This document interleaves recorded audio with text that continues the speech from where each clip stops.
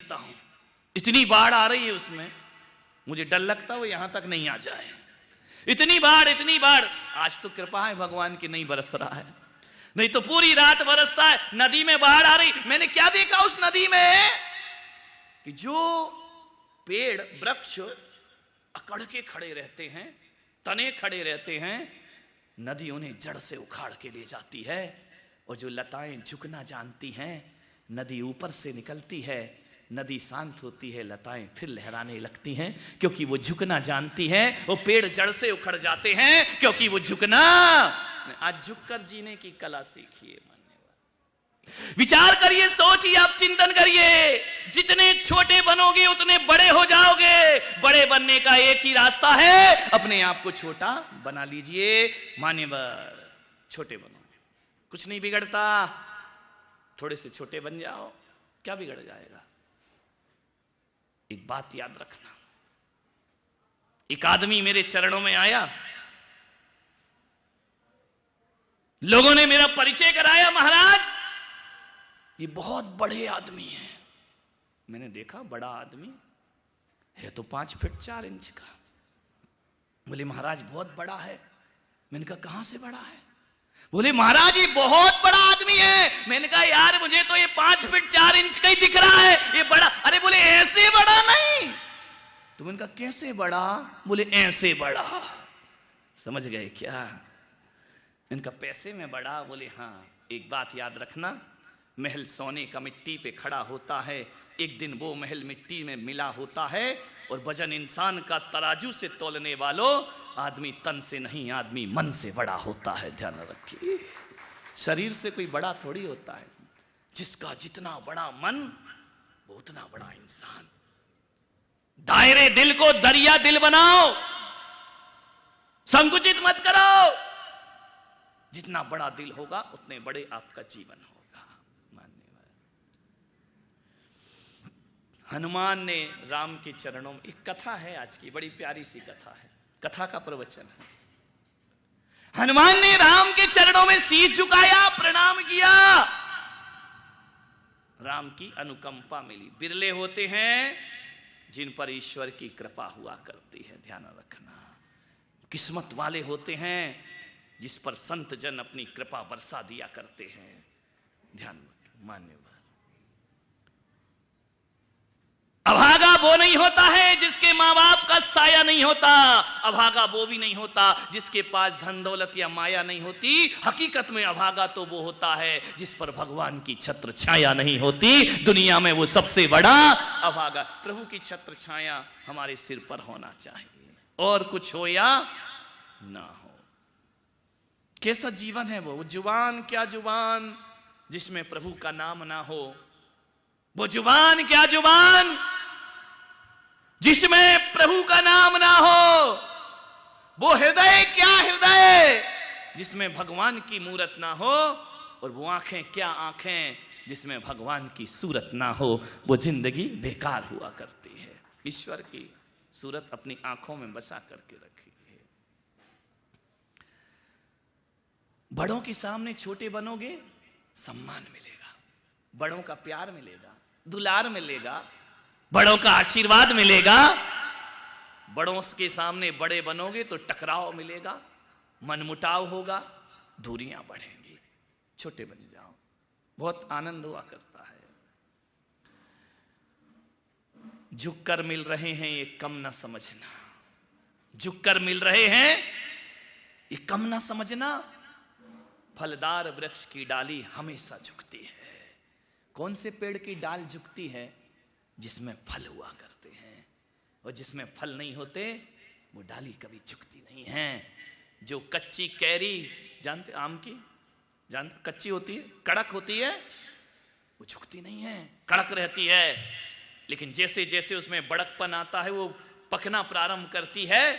जब उसमें मीठा रस भर जाता है, और आम जितना मीठा होता है, डाली में उतना झुकना प्रारंभ हो जाया करता है, डालियों को झुकाना प्रारंभ कर देता है। तो ध्यान रखना, झुककर मिल रहे हैं कम ना समझना। फलदार वृक्ष की डाली हमेशा झुकती है। एक बहुत याद आ रहा है प्रसंग आगरा का। सम्राट अकबर, बादशाह अकबर बहुत दान करते थे। कोई भी जाए तो अकबर दान करता था। मुगल साम्राज्य में कोई यदि अच्छा शासक इस धरती पर हुआ है तो सम्राट अकबर को हमेशा दुनिया याद किया करती है। मुसलमान होकर भी जिसने अपने जीवन में कभी भी भेदभाव नहीं रखा। कमियां तो सब में होती हैं मेरे भाई, फिर भी क्रूर शासकों के बीच एक इंसानियत का दिल धड़कता था। अकबर ने क्या किया?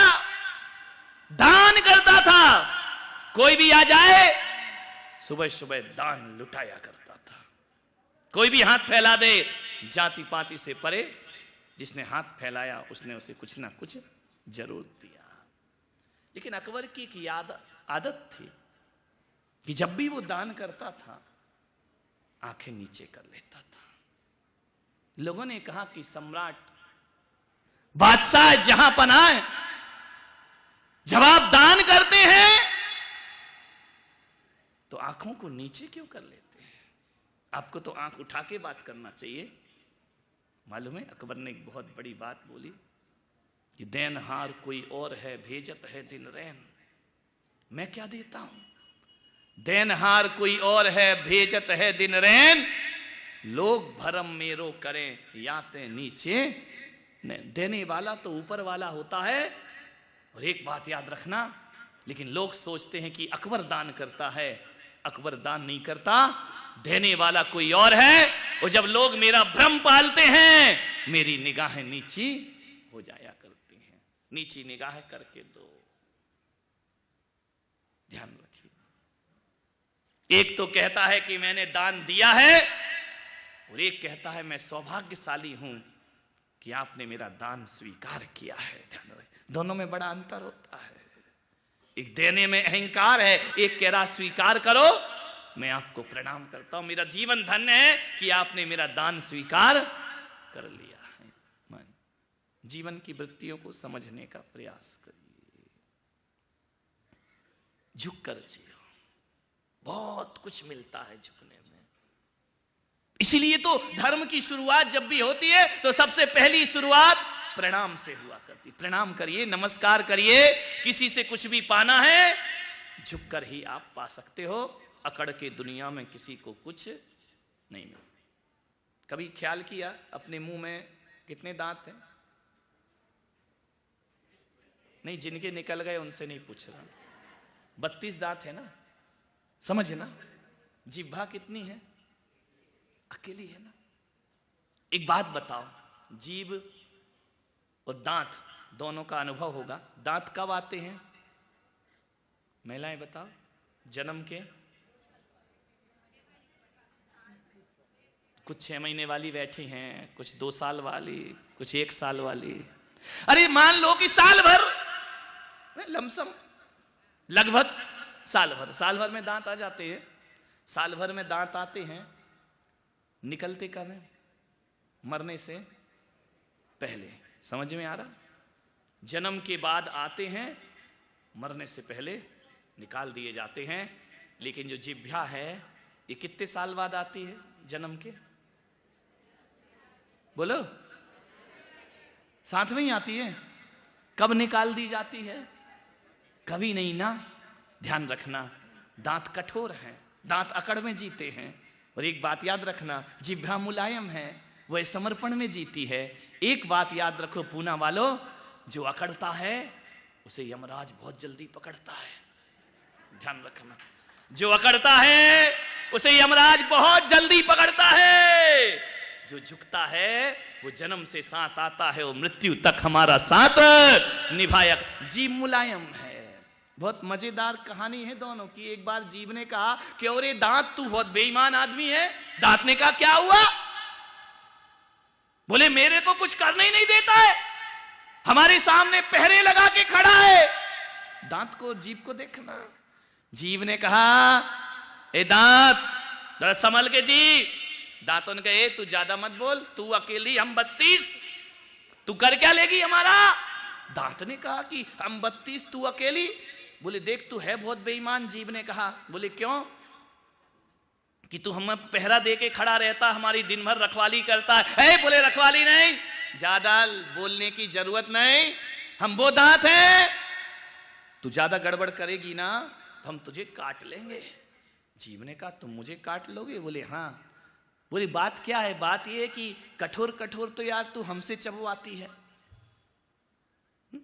जीव कठोर कठोर जो भी आता है अनाज वो हमसे चबवाती है और गुलाब जामुन खुद चट कर जाती है, हमारा नंबर ही नहीं आता है। दोनों में लड़ाई हो गई। लिक्विड रबड़ी मलाई तो तू खा जाती है, वो चना कठोर आया तो बोले तू चबा के हमको दे, नौकरी करवाती हमसे। दांत ने कहा अब ज्यादा मत कर, हम तुझे काट लेंगे। जीव ने कहा तुम कुछ नहीं कर सकते। बोले नहीं, यदि काट लिया तो तू बचेगी नहीं। जीव ने कहा बेटा तुम 32 मिलके मुझे काटोगे ना, मैं अकेली ऐसी बात बोल दूंगी कि 32 के 32 सामने वाला उखाड़ के फेंक देगा। ध्यान रखिए, मैं अकेली एक बात में 32 उखड़वा दूंगी। ध्यान रखना मान्यवर, झुको, झुकने से बहुत कुछ मिलता है जीवन में। हनुमान झुक गए, राम ने अपना आशीष रख दिया। बड़ा पावन प्रसंग है ये रामायण का। राम ने हनुमान से कहा कि हनुमान एक बात तो बताओ, तुम मेरे चरणों में झुके, मैंने अपना आशीष रख दिया। हनुमान ने कहा मेरा जीवन धन्य हो गया, मेरी जिंदगी धन्य हो गई, मेरी सेवकाई धन्य हो गई। महाराज आपके चरणों में झुक के आशीर्वाद को प्राप्त करके। राम ने कहा कि हनुमान आज मेरा मन हो रहा है कि मैं तुम्हें कुछ दे दूं। हनुमान ने कहा नहीं प्रभु, बड़ी कृपा है, बड़ी दया है, क्या चाहिए? मैं आपका भक्त हूं, इससे बड़ी दौलत क्या होती है? राम ने कहा नहीं हनुमान, जिसने मेरा संकट में साथ दिया है उसको मैंने कुछ ना कुछ जरूर दिया है। अंगद ने मेरा साथ दिया तो किष्किंधा का राजा बना दिया, सुग्रीव ने मेरा साथ दिया उसे सम्राट बना दिया, विभीषण ने मेरा साथ दिया मैंने उसे लंका का राजा बना दिया। पर हनुमान जो साथ तुमने दिया है वो साथ तो मेरा किसी ने नहीं दिया है। हालांकि जंगल में रह के एक एक जानवरों ने मेरा साथ दिया है, जटाइयों ने मेरा साथ दिया, मैंने उसे बैकुंठ पहुंचा दिया, स्वर्ग पहुंचा दिया, तुम्हें कुछ नहीं दिया हनुमान। मान्यवर पूना वालों, ऐसे ही भक्त बनना भगवान के, ईश्वर के, गुरुओं के, कि तुम ना मांगो, भगवान ही बोले कि बोल तुझे क्या चाहिए। ध्यान रखना, अरे खुदी को कर बुलंद इतना कि हर तकदीर लिखने से पहले खुदा बंदे से खुद पूछे बता तेरी रजा क्या है। ध्यान रखिए, हम क्यों भिखारी बने? खुदा खुद पूछे कि बोल तुझे क्या चाहिए, खुदा बंदे से खुद पूछे बता तेरी रजा क्या है। ध्यान रखिए, ये होती है निस्वार्थ सेवा, निस्वार्थ भक्ति। हनुमान तुमने मुझ पर अनंत उपकार किए हैं। हनुमान की आंखें भर आई, प्रभु उपकार तो मैंने कहां किए, उपकार तो आपने मुझ पे किए हैं कि हम जैसों की सेवा स्वीकार कर ली। आपने बहुत उपकार किए। राम ने कहा नहीं हनुमान, ये तुम्हारा बड़कपन है जो तुम कह रहे हो कि उपकार तुमने किए हैं। हकीकत में हनुमान तुम्हारे बहुत उपकार हैं मेरे ऊपर, बहुत। तुम ना होते तो सीता की वापसी संभव नहीं थी। हनुमान ने सिर झुका लिया। राम ने कहा हनुमान मैं तुम्हारे उपकारों का बदला तो नहीं चुका सकता हूं, इतने उपकार हैं, इतने उपकार हैं तुम्हारे, जिसका जो उपकार था मैंने ऋण चुका दिया, लेकिन तुम्हारे अनंत उपकार हैं, एक जन्म तो क्या 1000 जन्म भी राम ले ले तो हनुमान मैं तुम्हारे उपकारों से उऋण नहीं हो सकता हूं। कितने एहसान किए तुमने मेरे ऊपर। आंधियों में दीप जलाना सबके बस की बात नहीं है, और बुरे समय में साथ निभाना सबके बस की बात नहीं। तुमने मेरा संकटों में साथ निभाया है हनुमान, मैं तुम्हारे ऋण से कभी मुक्त नहीं हो सकता हूं, लेकिन थोड़ा सा यदि तुम मांग लोगे तो थोड़ा भार कम हो जाएगा, मुक्ति तो कभी नहीं हो सकती है। हनुमान की आंखें छलछला गई। सोचो तुम्हारे गुरु, तुम्हारे भगवान तुमसे कहें कि तुम्हारे मुझ पे बहुत उपकार हैं, क्या क्षण हनुमान के जीवन में रहे होंगे। हनुमान ने कहा प्रभु मुझे शर्मिंदा मत करो। राम ने कहा मैं तुम्हारे उपकारों का भार उठा नहीं पा रहा हूं हनुमान, थोड़ा हल्का करो, ये भार हल्का करो। मैं जानता हूं तुम विरक्त हो, तुम्हें कुछ नहीं चाहिए, फिर भी मेरे संतोष के लिए कुछ मांग लो। ध्यान रखना, महापुरुषों को लेने में संतोष नहीं, देने में संतोष मिला करता है। और सच कहता हूं पूना वालों, मुझे तुमसे कुछ नहीं चाहिए। क्या चाहिए मुझे? कुछ भी नहीं चाहिए। बस जब जब तुम्हारे मुस्कुराते चेहरे देखता हूं, हृदय में बड़ा संतोष और बड़ा सुकून हुआ करता है कि ये लोग मुस्कुराते हैं, ये लोग हंसते हैं, आनंदित होते हैं। इनके ऐसा लगता है कि जब तुम्हारे चेहरे पर मुस्कुराहट आती है तो ऐसा लगता है कि शायद